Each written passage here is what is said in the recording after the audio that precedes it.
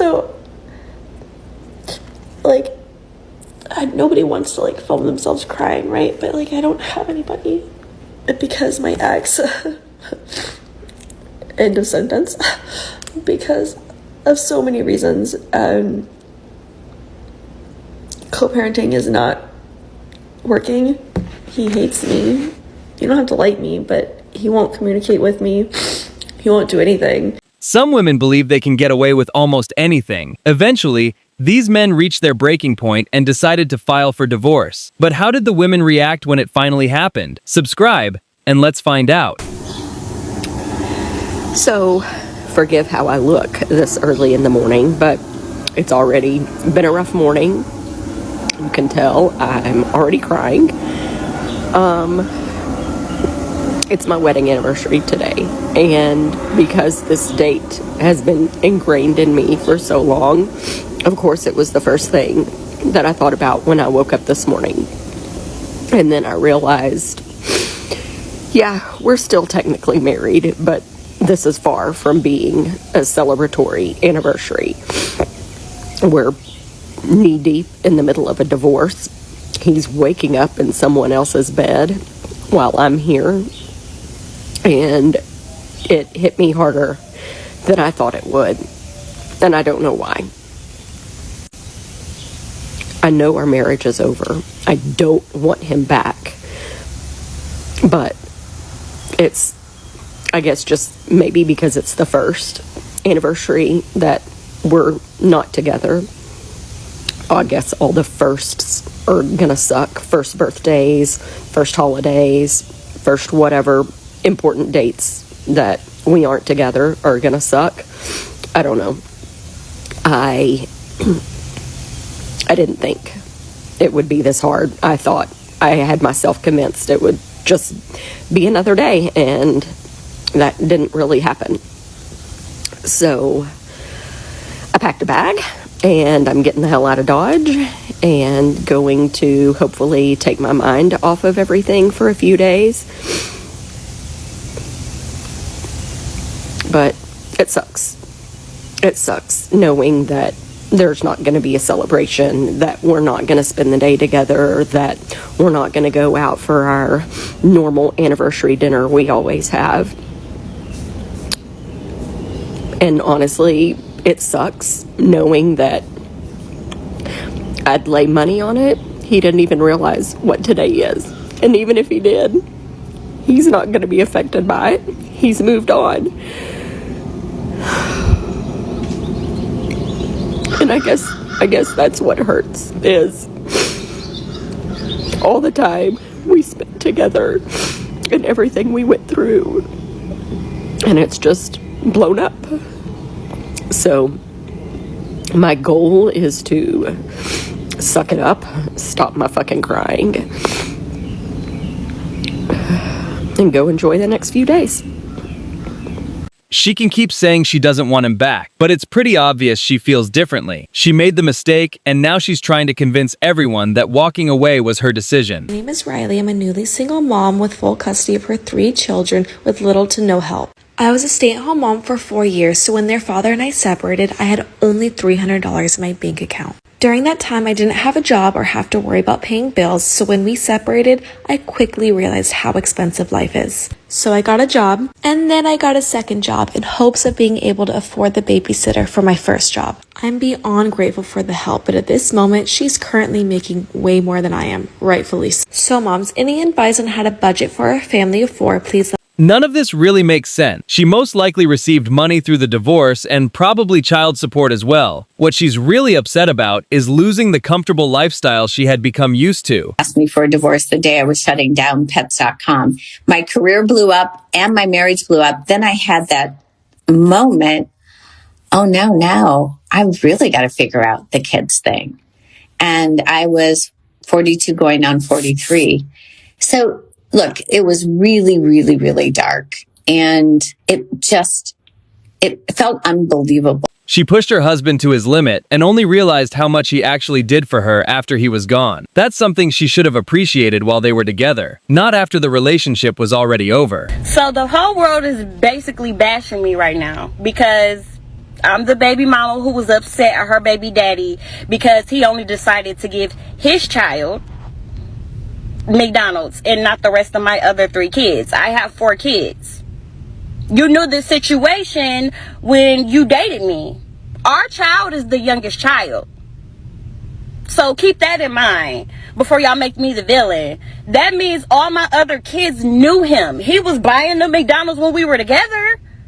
My kids have to go through a transition of our breakup as well. Like, yeah, me and you broke up, but my kids got to feel it too. So now my kids have to see only one of their siblings get McDonald's and not the rest of them. And they know it's coming from you because, of course, like me and you used to be together. They used to see you. You used to do it for them. But now you don't want to do that for them anymore. Like, to me, that's petty. That's petty. Like, it's not fair. Like, you're not finna give one child McDonald's and not all the other kids McDonald's. Like, I'm not going. And then on top of that, you mean to tell me you can dib and dab and want to do it sometimes, but yet you can't feed all my other kids McDonald's though? That's what you mean to tell me? Like, I'm not going for that. I'm gonna stand on what I said, and I don't care what everybody else have to say about it. Y'all could judge me. Oh well, I could be the villain, but I said what I said. Like, if you can't bring everybody McDonald's, then can't nobody have McDonald's then. Wait a second. Why is he expected to keep buying things for her kids after the relationship has ended? She should appreciate everything he did while they were together because he never had to do any of it in the first place. I'm not doing well. I don't really have anybody to talk to. So, like, nobody wants to, like, film themselves crying, right? But, like, I don't have anybody to talk to. And I'm really alone. And I'm having a lot of panic attacks today. And I'm really frustrated. Because my ex, end of sentence, because of so many reasons. Co-parenting is not working. He hates me. You don't have to like me, but he won't communicate with me. He won't do anything. And then today, like, he just lied to our doctor for the kids. And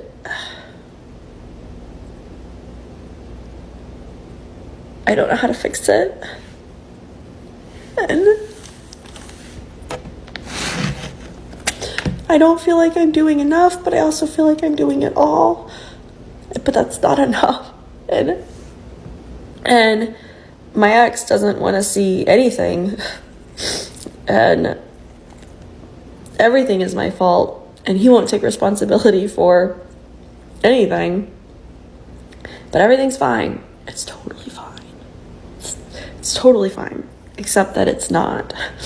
So, from what I'm hearing, her husband left, she doesn't have any close friends to talk to, and even her own mother doesn't seem to be on her side. At some point, you have to ask yourself if maybe you're the common denominator. I don't know how to get over my ex. I admitted it. It's been like 5 months since my breakup, and when I tell you that I wake up every day with the most crippling anxiety of my life, I would not be lying. I have tried everything. People say make more friends. I've made so many friends, and it just doesn't fill the void that I have. People say get new hobbies. I joined golf. I'm doing skating. I joined a gym for the first time in my life. I really started doing more art stuff. Still cannot get over my ex. And then people say, well, maybe just move. Switch up your environment. Switch up your space, you know?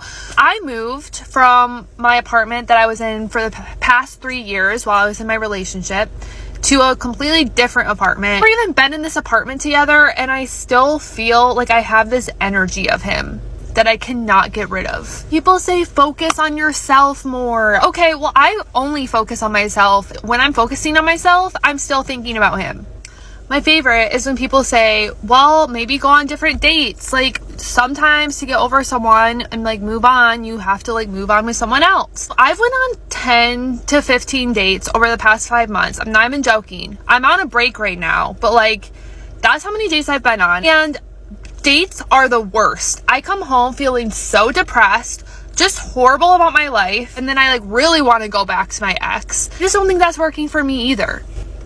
Someone please tell me, please. I don't know what to do at this point. Like, is there anything I can take to move on? Here's an important detail, though. He was the one who ended the relationship. That makes you wonder what happened behind the scene. What exactly pushed him to make that decision? I'm sitting on my bathroom floor. I just need to talk about this really quickly. Divorce is very hard. Especially when you have kids. I got married with the intention of staying with that person forever, right? Because I had a child with them and I wanted that family to be this perfect family. That didn't happen, right? And now I have to deal with not having my daughter all the time, and it breaks my freaking heart. You have no idea. Her dad gets her every other weekend, and I know I get her a lot of the time, and it's just, you just feel like a bad mom when you're not with her. Like, and I'm the sole provider for her, so I have to go work, and I feel bad when I leave her. I just see some comments and they bother me, and I know they shouldn't, but it bothers me because sometimes I feel like it's society's view on this whole thing. Then there's this societal stigma of these gender standards. Like, I'm a woman, right? I start dating again, I'm a slut, right? A man starts dating again, good for him. Woman, assertive, speaks her mind, she's a bitch. Man speaks his mind, wow, he's the boss, right? I start dating, oh my god, it's so soon. I post with my person, oh my god, she did this before. So you want me to be happy, you don't want me to be happy. I don't know what it is. Then if I break up with him, then it's like, wow, she can't even keep a man. Then if I don't have a man, it's like, wow, she can't even get a man. And it's like this crazy thing of trying to keep everyone happy. And I feel like my epiphany, where I started bawling my eyes out, is that the only opinion that matters is the one I have of myself and the one my daughter has of me. And when she's older, she will know. She will know that I did everything I thought was right, and I was young and I didn't really know what the heck I was doing, but everything I did was for her. I guess just be mindful of the things you say to people, and you don't know what they're going through. And for those of you who support me, just thank you so much. You don't know how much it means to me.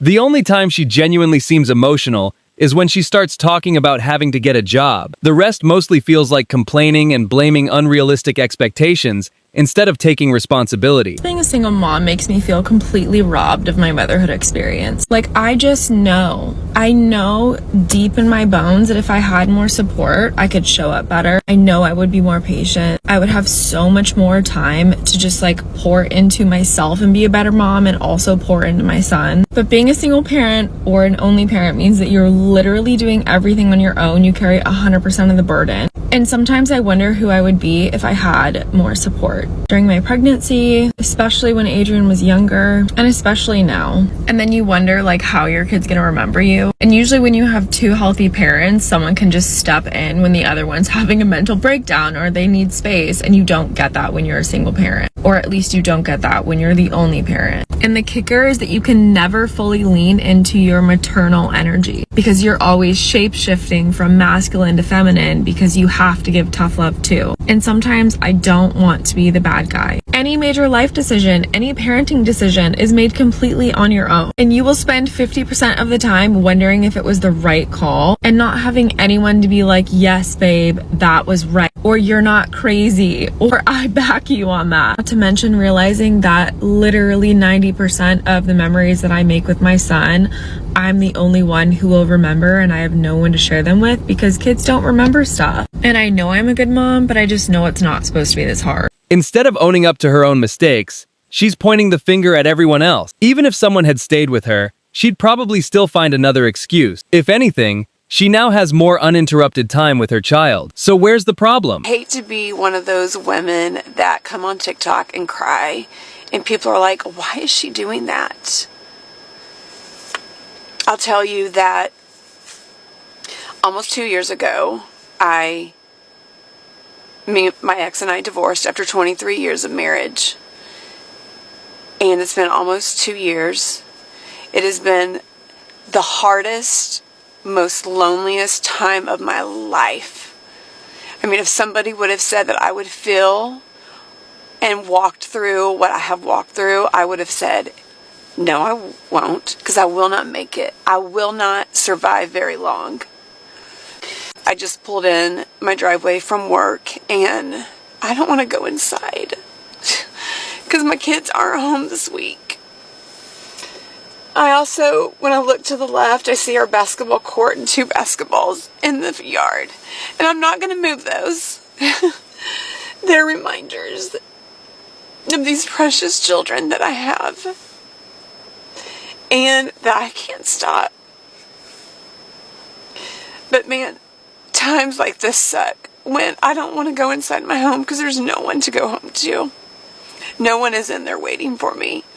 I will not be greeted by anybody. And that is a really hard place to be. So, I don't have any like crazy magic words that'll make you feel better if you're experiencing that. Just know that you're not alone, and these feelings, we all know they come and go. Last night I pulled into my driveway just feeling fine. I was actually a little bit excited that I just had the night to myself. But today it just hit me. You just never plan on things like this happening. So again, I don't have anything earth-shattering to tell you except that you are not alone in those feelings, and probably an important thing to do is to reach out to somebody that's healthy, not just anybody. While I think it's important to sit in those feelings and that grief, because there's so much growth happening. Like, I know there is so much growth happening in my heart, and I want that growth because I don't want any of that pain to be in vain. I want to come out of this a better woman, a better mom, a better partner for that person. So I'm going to wrap this up because I'm rambling and I kind of want to delete it. Maybe I should. But just know you're not alone. I guarantee that while she was married, she probably kept asking for more space. Now she's upset because nobody's waiting for her when she gets home. Some people just never seem satisfied with what they have. Sucks that my kids have to pay the price for my failures. It sucks that their experience of childhood is going to be in a separated home in 2 homes because of my bad choices. That sucks. So there are some crucial things that people don't talk about after you go through a divorce. The fact that the quietness and the emptiness in your home when you don't have your spouse or your children is deafening. You have to really get comfortable with being alone, and it's very uncomfortable. You quickly realize that you are now the center stage of all conversation in your friend group because you're now living this wild and fun life because you're no longer attached to anybody. And I don't know about you, but I spent a lot of my time crying and eating pizza and drinking wine in the bathtub. Being single is glamorized in today's society, and people are saying, yes, good for being single, and you should really, really just enjoy it. It's so freeing. When really you lost your purpose because you've been supporting this person for X amount of years and supporting their aspirations and their goals and their dreams and their desires, and you lost yourself along the way. So now it's beautiful. You get to find yourself, but it's hard to sit in that and be like, oh, who the fuck am I? So maybe be a little bit more gentle on the single people in your life. This one takes things to another level. She's not only blaming her husband, she's blaming her friends and practically everyone else. If she truly wasn't responsible, her friends would probably be criticizing her ex instead. Instead, they're supporting her, and she's still complaining. My ex-husband 3 specific ways: control, criticism, and comparison. I was in control of everything. I controlled how the dishes went in. If he loaded the dishwasher and it wasn't good enough, the way he was going to lead our team, it wasn't good enough. The way he managed everything wasn't good enough. Nothing he did was ever good enough. And then I let him know out loud, like I criticized everything that he did and told him how it should have been done better. And perfection was the standard that I held for him. So nothing was ever good enough, because I was comparing me and him, and I had this self-righteous view of myself that I knew the way and my way was better, and nothing he ever did was enough. And eventually it created a man that was apathetic, that was resigned to not do anything. Why should he show up? If I'm gonna redo it, or if I'm gonna do it better, or if he's gonna get criticized, why should he show up? And then that caused further division in our relationship, because he would say that he was going to do something and then just not. And it created this big void in respect. And where I got it wrong in the respect category was I was waiting for him to show up as perfect in order for me to begin to respect him. I didn't ever respect his effort. I didn't ever respect the progress. I didn't respect anything. And that caused... At least she recognizes the mistakes she made, but unfortunately, that realization came far too late. By then, the damage had already been done, her husband's mental health had suffered, and the marriage had fallen apart because of her own choices. Anyway, that's all for today's video. If you enjoyed it, leave a like, subscribe to the channel, turn on notifications, and I'll catch you in the next one.